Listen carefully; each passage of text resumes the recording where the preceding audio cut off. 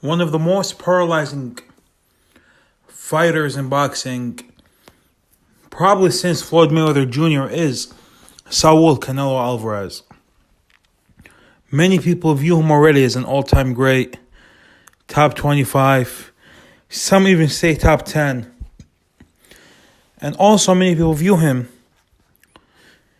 as an overhyped fighter who's living off smart business moves and gift decisions. So in this video, we'll be discussing which one is closer to the truth.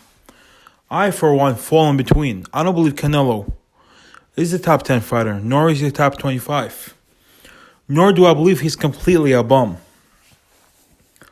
Canelo Alvarez, in his first step-up fight in his career, at world level, he faced a very faded Shane Mosley, but a lot of people thought Shane Mosley, this was on May 5, 2012, on the Miguel Cotto versus Floyd Mayweather Jr.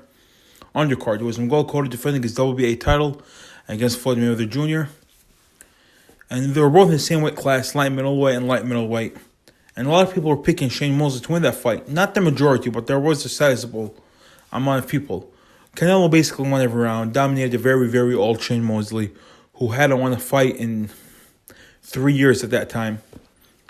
And then after that, he was supposed to have another step-up fight against Paul Williams on September 15. But Paul Williams got in a motorcycle accident and never had the chance to fight or test Canelo Alvarez. Then Miguel Cotto, he lost to Floyd Mayweather Jr., then lost to Austin Trout. And Canelo Alvarez fought Austin Trout in a fight many people believe maybe a step too far. Canelo Alvarez and Austin Trout engaged in a very, very close fight. Austin Trout went down in round 7, but when he got up, he courageously fought back and pushed Canelo back after he got up. But nevertheless, Canelo got the decision. One judge shockingly had it 118-109.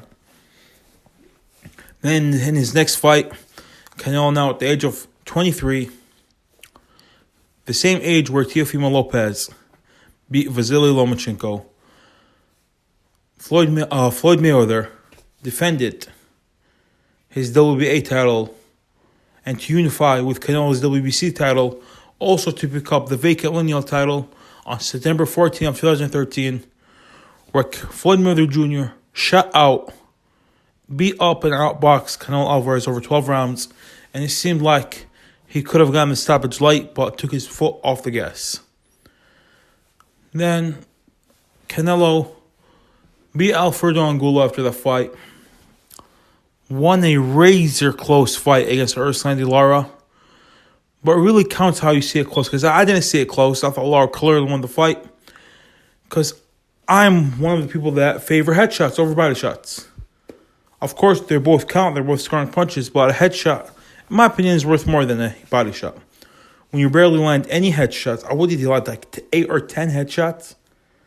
Canelo, that fight, he did not land much to the head of Lara, where Lara landed near 100 headshots.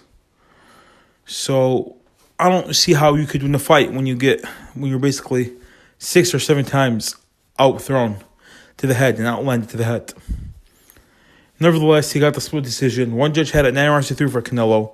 So this already so far is Canelo Alvarez receiving a tendency for getting very close fights, or even fights where he clearly lost decisions at. And wide. One judge had him winning 10 rounds against Trout. One judge had him winning 9 rounds against Lara. Where if you ask the vast majority of spectators, no one is going to give Canelo 9 or 10 rounds against either of those fights. Then moving on in his career, he beat Miguel Cotto, he beat Emir Khan, he beat Liam Smith, he beat Chavez Jr. Then he fought Gennady Golovkin in September 16, 2017, following Gennady Golovkin going the distance and arguably losing to Daniel Jacobs. In my opinion, Gennady Golovkin beat Canelo Alvarez very clearly in the first fight. He won 8-4 against Canelo, in my opinion. Watching it live, no, I thought it was a draw. I thought Canelo won the first 3 and the last 3. But rewatching it, you could even make the argument that Golovkin won 9 rounds. Like, anywhere between 8-4 to 10-2, Golovkin was fair. I didn't think it could have been any closer rewatching it. But one judge crazy had it 10 rounds to 2 for Canelo.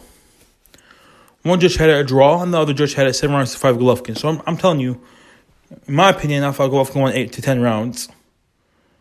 But no, the only judge that had given the fight gave him 7 rounds. Then he rematched Golovkin. I thought Golovkin edged it this time by a round.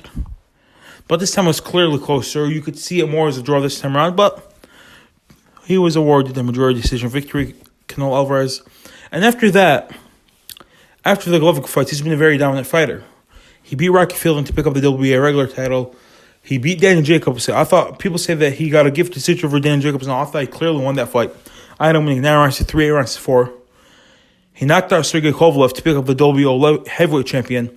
But at the same time, because Canelo moved up from middleweight all the way to light heavyweight for that fight, Sergey Kovalev at that time was coming off a very hard fight against Anthony Yarde, where if that fight was held in the UK, he would have been stopped in round 8. The referee would have jumped in. And just a couple fights prior to that, he was knocked out cold by Canelo Alvarez. Then a couple fights prior to that, he was stopped badly against Andre Ward. And before that, he lost to Andre Ward by decision. And so, Canelo Alvarez has been campaigning at middleweight ever since, bar the Liam Smith fight, ever since losing to Floyd Mayweather Jr., ever since 2013. He was campaigning at middleweight. He made the middleweight jump to light heavyweight in 2019, skipping over super middleweight. He later went back down to super middleweight following the Sergey Kovalev fight, but he skipped over super middleweight. Why didn't he try doing that at 2013, 14, 15, when Sergey Kovalev was a top 5 pound for pound fighter and Adonis Stevenson was a knockout artist I would pick both of them to stop Canelo at that time? Why didn't he do it then? Why was he fighting welterweights in American? Why was he fighting guys way past their prime in James Kirkland and Alfredo Angulo? Why was he picking those easy fights? So this is an argument for the people that say Canelo Alvarez is a smart businessman, is an all-time great businessman, not an all-time great fighter.